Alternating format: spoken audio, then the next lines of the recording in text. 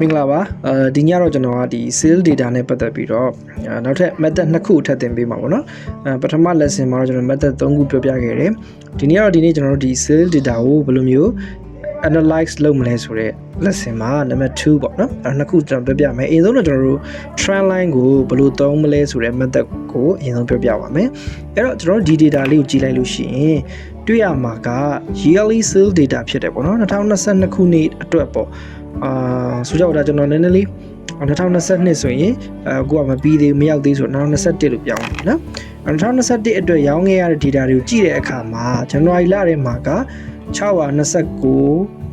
ဘယ်လိုပြောမလဲ629ခုပေါ့ရောင်းရတယ်ရတဲ့ earning ကတော့ဒီလောက်ရှိတယ်ဒေါ်လာ95,480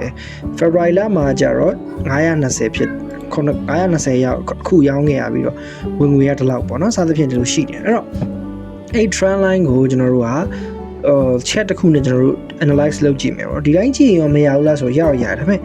chat တစ်ခုတော့ကျွန်တော်ထည့်လိုက်တဲ့အခါမှာပို့ပြီးတော့မှ data analysis ပုံစံမျိုးပေါက်တယ်ပေါ့နော်ဆိုတော့အခုကျွန်တော်အခုပြောပြမယ်ဒီ data လေးကျွန်တော်ပြီးသွားရင်ပေးထားမယ်အဲ့တော့ download ဆွဲမယ်ဆွဲပြီးတော့ကျွန်တော်အတူလိုက်ပြီးတော့လုပ်ကြည့်ပါ okay အဲ့တော့အရင်ဆုံးတော့ကျွန်တော်တို့ဒါတွေအားလုံးကို select ပေးလိုက်မယ်ပေါ့နော်12လစာလုံးဒီလိုမျိုးselect ပေးလိုက်မယ် select ပေးပြီးတော့မှကျွန်တော်တို့က insert function insert tab ပေါ့နော်အဲ့တော့ကျွန်တော်တစ်ချက်သွားလိုက်မယ်အဲ့တော့ insert tab ထဲကနေ click တစ်ချက်နှိပ်မယ်ဒါဆိုရင်ဒီနေရာမှာကျွန်တော်တို့ chat တွေရှိတယ်ပေါ့နော်အဲ့တော့ chat တွေကတော့အများကြီးပဲ recommended chat ဒါသူက Excel က auto recommended လုပ်ပေးတဲ့ chat ရှိတယ်ပြီးတဲ့အခါမှာတခြား chat type တွေလည်းအများကြီးပဲပေါ့နော်အဲ့တော့ကျွန်တော်တို့ကလိုချင်တဲ့ chat ကိုရှာဖို့ရန်အတွက်ဒီ down ကတေးသေးလေးပေါ့နော်အဲ့ click ကလေး recommended chat ရဲ့ဘေးနားမှာတေးသေးလေးတစ်ခုရှိတယ်အဲ့ဒါလေးကျွန်တော်တစ်ချက် click နှိပ်လိုက်မယ်ဆိုတဲ့အခါမှာဒီမှာ chat တွေအများကြီးပေါ်လာတယ်အဲ့တော့သူကိုယ်တိုင် recommend လုပ်တာလည်း trend line ကို recommend လုပ်တယ်ဒါ data analysis ပေါ့နော်သူကသူ auto လုပ်တာအဲ့တော့တကယ်လို့ကျွန်တော်တို့အဲ့လိုမျိုးမလုပ်ဘူးဆိုရင်လည်းပြဿနာတော့မရှိဘူးဒီ all checks ဆိုတဲ့ထဲကိုကျွန်တော်သွားမယ်သွားပြီးလို့ရှိရင်ကျွန်တော်ဒုတိယနေရာ line check ဆိုတာရှိတယ်အဲ့ဒါကိုတစ်ချက်ရွေးမယ်ရွေးပြီးလို့ရှိရင်ဒီမှာအမျိုးမျိုးရှိတယ်ပေါ့နော်ပုံစံအမျိုးမျိုးရှိတယ်အဲ့တော့ကျွန်တော်ဒီdot လေးတွေပါတာလို့ချင်းเนาะကျွန်တော်တမျိုးအဲ့တော့ကျွန်တော်ဒီတစ်ခါတော့ dot တွေပါတာမလို့ချင်းမဲနဲ့ဒီ line ပုံစံလေးပဲရွေးမှာဖြစ်တဲ့အတွက်ဒီ line ကိုကျွန်တော်ရွေးလိုက်မယ်ပြီးတဲ့အခါမှာ okay လေးကျွန်တော်နှိပ်ပေးလိုက်မှာပေါ့နော်ဆိုတဲ့အခါမှာဒီမှာဒီလိုမျိုးလေး chat တစ်ခုပေါ်လာတာကိုတွေ့ရမယ်ကျွန်တော်နည်းနည်းလေးကြည့်ပြမှုလုပ်မယ်နည်းနည်းအတိုးအချဲ့ပေါ့နော်ကျွန်တော်တို့ကြည့်လို့ပိုကောင်းအောင်လုပ်မယ်ဆိုတော့ဒီမှာအနီရောင်တန်းလေးရတယ်လို့ဆင်းလိုက်တက်လိုက်လေးရှိနေတယ်အောက်မှာတော့ကျွန်တော်တို့ January February March လဆိုအပြောင်တန်းလေးရ December ထိရှိနေတယ်အဲ့တော့အပြောင်ဒီ total sales ဆိုတော့ကိုစားပြုတယ်အနီရောင်ကတော့ monthly earning ပေါ့လစဉ်ကျွန်တော်တို့ဝင်ငွေကိုစားပြုတာကိုတွေ့ရတယ်ဆိုတော့ဒါကိုကျွန်တော်တို့ကနည်းနည်းအထပ်ပြီးတော့ပြုပြင်တာလို့မှချက်တိုက်တယ်ကိုကျွန်တော်တို့ပြောင်းတာလို့လုပ်မယ်အဲ့တော့ chat တိုက်တယ်ကျွန်တော်တို့ကနာမည်ရော yearly sale လို့ကျွန်တော်ပြောင်းလိုက်မယ်နော်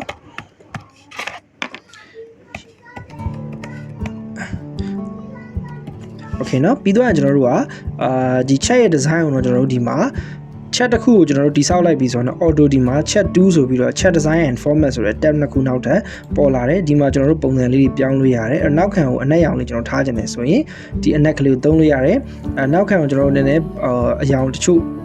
ထည့်ခြင်းတော့ဒီမှာထပ်ပြီးတော့ပုံစံထည့်လို့ရတာပေါ့နော်အဲ့တော့ကိုကြိုက်တဲ့ပုံစံလေးကျွန်တော်ပြောင်းလို့ရပါတယ်ကျွန်တော်တို့ဒီမှာအနက်ကလေး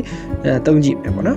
โอเคအဲ့တော့ပြီးသွားရင်ကျွန်တော်နောက်ထပ်ပါလေးပြင်လို့ရသေးလဲဆိုရင်ဒီ chat ရဲ့ဘေးနားမှာဒီအပေါင်းလက္ခဏာလေးရှိတယ်တစ်ချက်ကလေးနှိပ်လိုက်မယ်ဆိုရင်သူက chat element တွေပေါ်လာမယ်အဲ့တော့ဒီမှာတော့ကျွန်တော်ကဒီ grid line ကိုနည်းနည်းလေးပုံစံပြောင်းခြင်းတယ်ဒီ grid line ပေါ်မှာကျွန်တော်တစ်ချက်ထောက်မယ်ပြီးတော့ကျွန်တော်ဘေးနားများလို့တစ်ချက်နှိပ်ပြီးတော့ဒီ primary major vertical ဆိုတာလေးကိုဒီလိုမျိုးအမှန်ချစ်လေးချစ်ပေးလိုက်မယ်နော်မြင်ရမယ်ထင်ပါတယ်အဲ့တော့အဲ့လို primary major vertical ကိုကျွန်တော်အမှန်ချစ်လိုက်ပြီးအားဖြင့်ဒီမှာ4000ကွက်လေးနဲ့ပေါ်လာမယ်ပေါ့နော်အဲ့တော့တခြားနေရာမှာ grid တစ်ချက်ထောက်ပြီးကျွန်တော်ကြည့်အောင်အဲ့တော့ January လောက်ကြည့်တဲ့အခါမှာဒီ9000နဲ့8000ကြားရှိတယ်ဗျာ8000နားတော့ကတ်တယ်ဒါပေမဲ့ဒီတဖြည်းဖြည်းနဲ့ဆင်းလာလိုက်တာ March လမှာအနှိမ့်ဆုံးဖြစ်သွားတယ်ပေါ့နော်ပြီးတော့မှကျွန်တော်ပြန်တက်တာကနေဒီမေလနဲ့မေလအကျော်ဂျွန်လမှာတော့ကျွန်တော်တက်သွားတယ်ပြန်ဆင်းလာတယ်နောက်ဆုံး August လမှာပြန်တက်သွားတယ်ပေါ့နော်စသဖြင့်ဒါကျွန်တော်တို့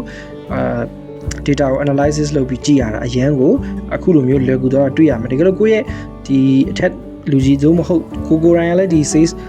sales မှာ management level ဖြစ်တယ်ဆိုရင်ဒါတက်လာတဲ့ data ကိုကျွန်တော်ဒီမှာအခုလိုမျိုး analyze လုပ်ကြည့်လို့ရတယ်ပေါ့နော်ဒါကတော့အလွယ်ကူဆုံးနည်းလမ်းနေရာတစ်ခုဖြစ်ပါတယ်ဆိုတော့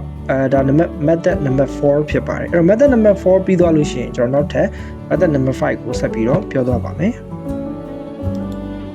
Okay အဲ့တော့ method number 5လေးပဲခုနနဲ့တူတယ်data ကတော့အတူတူပါပဲเนาะအဲ့တော့ January ကနေ December အထိကျွန်တော်တို့ data တွေရှိတယ်ရောင်းရတဲ့ base တွေရှိတယ်ပြီးသွားတဲ့အခါမှာကျွန်တော်တို့ monthly earning တွေရှိတယ်ပေါ့နော်ဆိုတော့ဒီတစ်ခေါက်ကတော့ကျွန်တော်က Excel မှာပါဝင်တဲ့ data analysis to pack အဲ့ဒါကိုအသုံးပြုပြီးတော့ကျွန်တော်တို့data analysis လုပ်ကြည့်မယ် sales data ပေါ့နော်အဲ့တော့ data analysis to pack ကဘယ်မှာပါတယ်လဲဆိုရင်ကျွန်တော်တို့ကဒီ data ဆိုတဲ့ tab ထဲမှာပါတယ်ကျွန်တော်တို့ရဲ့လေအပေါ်မှာရှိတဲ့ data ဆိုတဲ့ tab ထဲမှာသူကရှိနေတယ်ဒီမှာပေါ့နော်ဒီဘက်တောင်ဆုံးမှာ data analysis solver ဆိုတာရှိအဲ့တော့အဲ့ဒါကတချို့တွေမှာကမပါတာဖြစ်ကောင်းဖြစ်နိုင်တယ်ဘာဖြစ်လို့မပါသလဲဆိုလို့ရှိရင်သူ့မှာတော့ပါပြီးသားပါ ready made မထည့်ရသေးတာပေါ့နော်အဲ့ဒါကိုအရင်ဆုံးဘယ်လိုထည့်ရလဲဆိုတော့ကျွန်တော်နေရှင်းပြပေးပါမယ်အဲ့တော့အရင်ဆုံးတော့ထည့်ရမယ့်နေရာကကျွန်တော်တို့ဒီ file နဲ့ကိုသွားမယ်ပြီးတော့ကျွန်တော်တို့option ဆိုတော့ရှားလိုက်ပါနော်ဒီမှာ option ဆိုတာရှိတယ်တချို့ရောက်တန်းပေါ်တယ်ကျွန်တော်မှာတော့ more နှိပ်ပြီးတော့မှ option ဆိုတော့ပေါ်ပါတယ်အဲ့တော့ option နှိပ်မယ်နှိပ်လို့ရှိရင်ဒီမှာadd in ဆိုတာရှိပါတယ် add in เนาะတွေ့ရလိမ့်မယ် add in ဆိုတဲ့နေရာကိုကျွန်တော် click တစ်ချက်နှိပ်ပါမယ်နှိပ်တဲ့အခါမှာဒီလို add in တွေအများကြီးပေါ်လာလိမ့်မယ်အဲ့ဒီမှာ analysis to pack bv ဆိုတာရှိတယ်analysis 2 pack ဆိုတာရှိတယ်ဟိုကျွန်တော်ကထည့်ပြီးသားမို့လို့မပေါ်တော့တာเนาะတကယ်လို့ကိုယ်ထည့်မယ်ဆိုရင်အဲ့ analysis 2 pack အောက်ဒီမှာကျွန်တော်ဒီပေါ်မှာပေါ့ကျွန်တော်ထည့်ပြီးသားဖြစ်နေတာဟုတ်ကွာအဲ့တော့ analysis 2 pack ဆိုတာရှိတယ်အဲ့ဒါကိုမှကျွန်တော်တို့က okay လေးကျွန်တော်နှိပ်ပေးလိုက်မယ်เนาะ analysis 2 pack ကို okay နှိပ်ပေးလိုက်မယ်ဆိုရင်သူက automatic ဒီမှာပေါ်လာမှာဖြစ်တယ် right အဲ့နေရာမှာတော့ထည့်ရမယ်เนาะဒါကတော့တကယ်လို့ကိုက data analysis 2ကိုမထည့်ရသေးဘူးဆိုရင်အဲ့နေရာမှာအရင်ဆုံးသွားထည့်မှာဖြစ်တယ်ပေါ့နော်အဲ့တော့အရင်ဆုံးကျွန်တော်တို့ကဘာကို data analysis လုပ်မှာလဲဆိုတော့ဟာကိုကျွန်တော်အရင်ဆုံးကြည့်ရမယ်အဲ့တော့အရင်ဆုံးကျွန်တော်ကလုပ်ချင်တာကတော့ဒီ January လကနေ December လအထိရှိနေတဲ့ဟာကိုကျွန်တော် data analysis လုပ်ချင်တာပေါ့အဲ့တော့ဒီထဲမှာကျွန်တော်တို့ခဏလေးတစ်ချက်click နှိပ်လိုက်မယ်ပြီးတော့ data analysis ကို click ကိုနှိပ်မယ်ဆိုတော့ဒီမှာ data analysis ဆိုတဲ့ box လေးပေါ်လာမယ်เนาะတကယ်လို့ဆက်စချင်းလုပ်မယ်ဆိုရင်အချိန်နဲ့ယူရပါလိမ့်မယ်သူဆက်စချင်းထည့်မယ်ဆိုရင်နည်းနည်းလေး Excel က loading လေးဖြစ်နေလိမ့်မယ်เนาะပြဿနာမရှိခဏလေးစောင့်ပါเนาะအဲ့တော့ဒီမှာကျွန်တော်တို့အခုအပြာရောင်တန်းလေးပေါ်နေတဲ့ descriptive statistics ဆိုတဲ့နေရာကိုကျွန်တော်ရွေးရမှာဖြစ်တယ်အဲ့တော့ descriptive statistics ဆိုတာဘာလဲကျွန်တော်ပြီးသွားရင်ပေါ်ပါလိမ့်မယ်အဲ့တော့ရွေးပြီးသွားလို့ရှိရင်ကျွန်တော် okay နှိပ်မယ်ပေါ့เนาะအဲ့တော့သူကဒီမှာdescriptive statistics ဆိုတဲ့ box တစ်ခုထပ်ကြလာတယ်အဲ့မှာ import range ဆိုတာရှိတယ်ပြီးတော့လို့ရှိရင် output range ဆိုတာလည်းရှိတယ်စသဖြင့်ပေါ့နော်အဲ့ဒါလေးကိုကျွန်တော်တို့ကြည့်ရမယ်အဲ့တော့ဆက်စချင်းပေါ်နေမဲ့ပုံစံကဒီလာတွေပါမှာမဟုတ်ဘူးဒီမှာလည်းအမှန်ချစ်တွေကပေါ်မှာမဟုတ်ဘူးဒီလိုကြီးပဲဖြစ်နေမှာအဲ့တော့ import range ကိုကျွန်တော်ဘာကိုထည့်မလဲ import range ကကျွန်တော်တို့က monthly earning ကိုထည့်ချင်တာဖြစ်တယ်အဲ့တော့ import range မှာတစ်ချက် click နှိပ်မယ်ပြီးတော့ monthly earning ကို12လစာလုံးကျွန်တော်ရွေးပေးလိုက်မယ်နော်ရွေးပေးလိုက်မယ်ဒါဆိုလို့ရှိရင်ဒီကနေဒီအထိပေါ့ဒါကျွန်တော်ရွေးပြီးသွားပြီပြီးသွားရင် output range ကကျွန်တော်ဘယ်နေရာမှာပေါ်စေခြင်းလဲပေါ့နော်ဘယ်နေရာပေါ်စေခြင်းလဲဆိုတော့ကြည့်လိုက်တော့ကျွန်တော်တို့ကဒီ E1 ဆိုတဲ့နေရာကနေပေါ်စေခြင်းလဲဆိုတော့အဲ့တော့ E1 ကိုကျွန်တော် click တစ်ချက်နှိပ်လိုက်မယ်အဲ့တော့ဒီမှာ$E$1ဆိုတာဖြစ်တယ်ပြီးသွားရင်ဒီလေးခုလုံးအမှန်ချစ်ချစ်ပေးလိုက်မယ် summary တွေရော confidence level တွေရောနော် KDH largest small စသဖြင့်အကုန်ပေါ်လုပ်ချင်တာဖြစ်တဲ့အတွက်တစ်ခုချင်းစီအလိုက်ကျွန်တော်တို့ဘာလုပ်မလဲအမှန်ချစ်တွေချစ်မယ်တစ်ချက်နှစ်ချက်သုံးချက်လေးချက်ပေါ့နော်အကုန်လုံးလို့ချစ်လိုက်ရင်ဒီလိုပုံစံလေးဖြစ်သွားတယ်ဆိုတော့ဒီကနေဒီ T ကိုကျွန်တော်တို့ data analysis လုပ်မယ်ပေါ်ခြင်းတဲ့နေရာဒီနေရာ E1 ဖြစ်တယ်ပြီးရင်ဒါတွေအားလုံးပါစေခြင်းတယ်ပေါ့ပြီးတော့ဆိုတော့မှကျွန်တော်တို့ okay လေးကိုနှိပ်လိုက်မယ်ဆိုရင်ဒီမှာ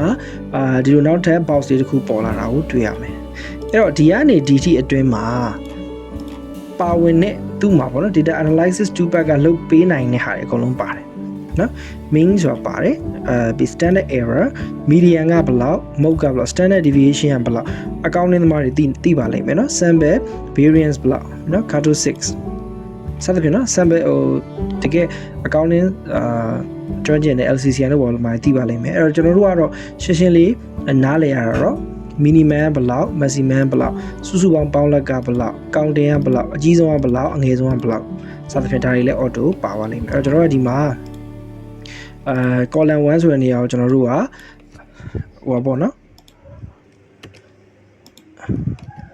အဲ့လိုမျိုးလေးကျွန်တော်တို့လုပ်လို့ရတယ်sorry အနေနဲ့လေးပြုပြင်ပြောင်းလဲမှုကျွန်တော်ကိုယ့်အကိုလုပ်လိုက်မယ်နော်